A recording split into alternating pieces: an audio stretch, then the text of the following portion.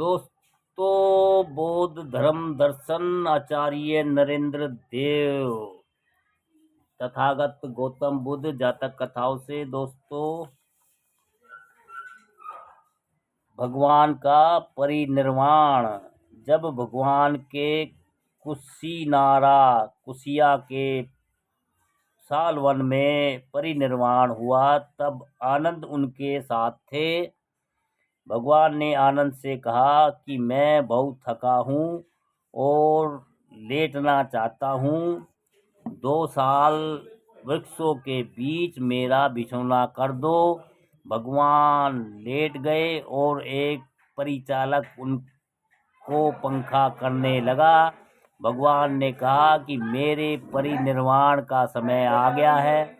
यह सुनकर आनंद को बहुत शौक हुआ और वे विहार में जाकर द्वार के सहारे बैठ गए और विलाप करने लगे।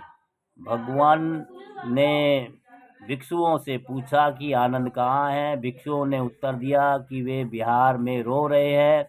भगवान ने उनको बुलाने के लिए एक भिक्षुक को भेजा।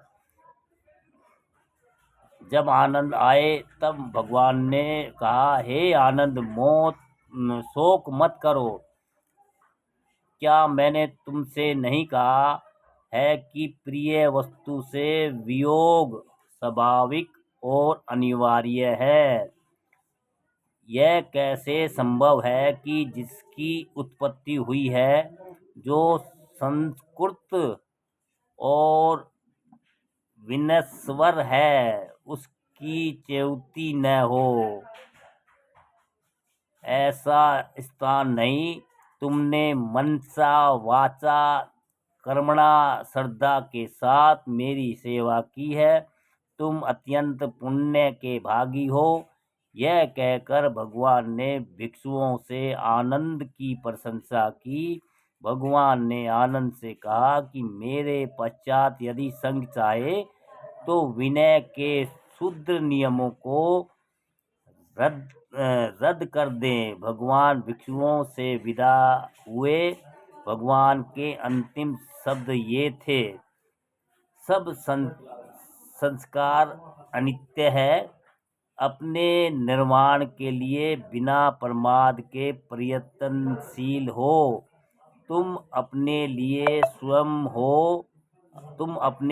स्वयं दीपक हो।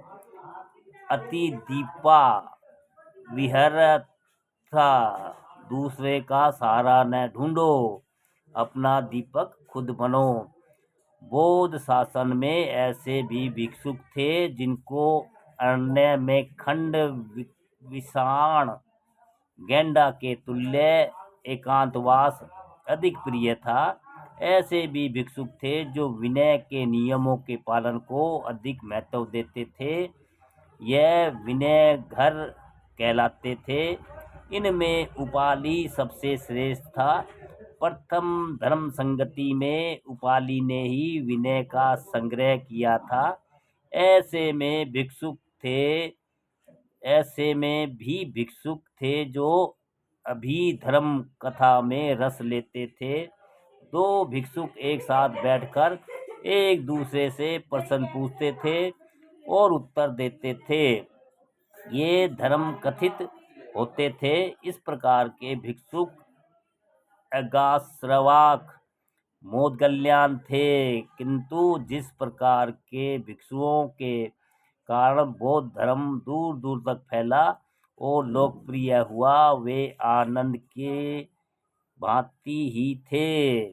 जैसा हम ऊपर कह चुके हैं, बुद्ध की दिनचर्या इसी प्रकार थी। किंतु धीरे धीरे ज्यों बौद्ध धर्म पश्चिम की ओर बढ़ा, त्यों इसकी मूल भावनाओं में परिवर्तन होने लगा। बुद्ध 80 वर्ष तक जीवित रहे।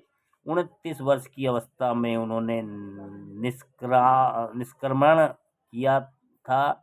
उनके जीवन काल में बौद्ध धर्म कौशल, मगध, कौशाम्बी, पांचाल, कुरु देश में फैला था। पश्चिम में उज्जैन तक गया था। मध्य प्रदेश में ब्राह्मण धर्म का अधिक प्रभाव था। चुवल्लवामा के बारे में खंडक में मालूम होता है कि द्वितीय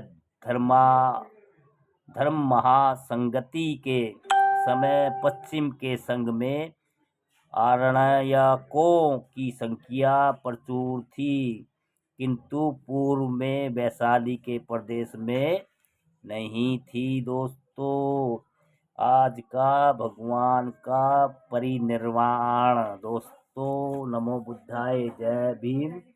बुद्ध धर्म दर्शन आचार्य नरेंद्र देव जी की पुस्तक से है दोस्तों ये।